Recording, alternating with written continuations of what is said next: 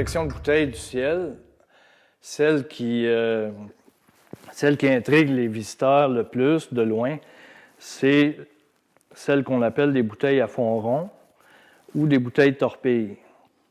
Ça, c'est une torpille. On parle, historiquement, là, on parle de la première moitié du 19e. Et ça, celle-là, c'est ce qu'on appelle la bouteille à fond rond. Deuxième moitié, en gros, là, deuxième moitié du 19e. Et avec raison, ce qui intrigue les gens, c'est pourquoi faire une bouteille que je ne peux pas déposer? La raison est que ces bouteilles-là sont les premiers contenants pour l'eau gazéifiée et les premières liqueurs douces qui étaient, dans la plupart du temps, des ginger ale. Et c'était fermé avec un bouchon de liège. Le bouchon de liège ne doit pas sécher, sinon les gaz s'échappent. Donc, on faisait des bouteilles qui étaient destinées à être couchées sur le côté pour que le liquide dans la bouteille maintienne le bouchon de liège humidifié, gonflé, pour pas que les gaz s'échappent. Suite à ça, il y a eu l'invention de ce qu'on connaît aujourd'hui comme fermeture de bouteille, c'est-à-dire la capsule. Entre les deux, il y a eu, pendant un bref moment, une bouteille qu'on pourrait appeler hybride, c'est-à-dire à fond rond aussi, mais légèrement tronquée, que je pourrais déposer verticalement, mais qui ne tient pas très bien. Et pourtant, c'est une fermeture à capsule.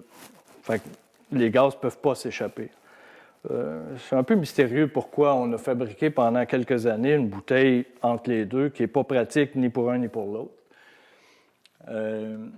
Ensuite, dans l'évolution de la bouteille pour les liqueurs douces, arrive celle qu'on connaît aujourd'hui, au début 20e siècle.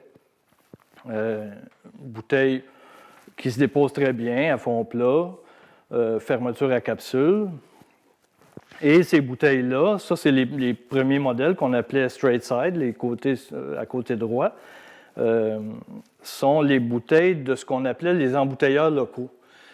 Il faut comprendre qu'à ce moment-là, la liqueur douce était reçue sous forme de sirop épais qu'on diluait et qu'on gazéifiait avant d'être désembouteillé dans des contenants fabriqués sur place, au village même.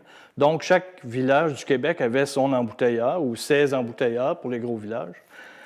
Et c'est ce qui rend cette bouteille-là intéressante pour les collectionneurs, c'est que c'est un parcours géographique aussi de la province. Dans une plongée ici au lac des 16 îles, il est arrivé quelque chose de cocasse. À un moment donné, on tombe sur 3 bouteilles d'embouteilleurs locaux, 3 bouteilles couchées une à côté de l'autre au fond. Les 3 bouteilles viennent de chez S. Desormeaux, Saint-Jérôme.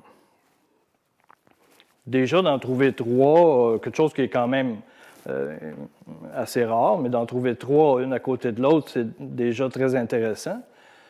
Dans les 3, il y en a une qui est un peu différente, pas juste au point de vue de la couleur, mais par le fait qu'il y a une erreur d'orthographe. Saint-Jérôme est écrit avec un G plutôt qu'un J.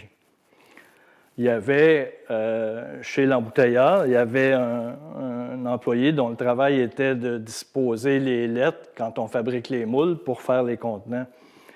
Visiblement, cette bouteille-là, ça devait être un lundi matin. Et il y en a eu quelques-unes qui ont été en circulation, qui sont très recherchées aujourd'hui à cause de cette erreur-là.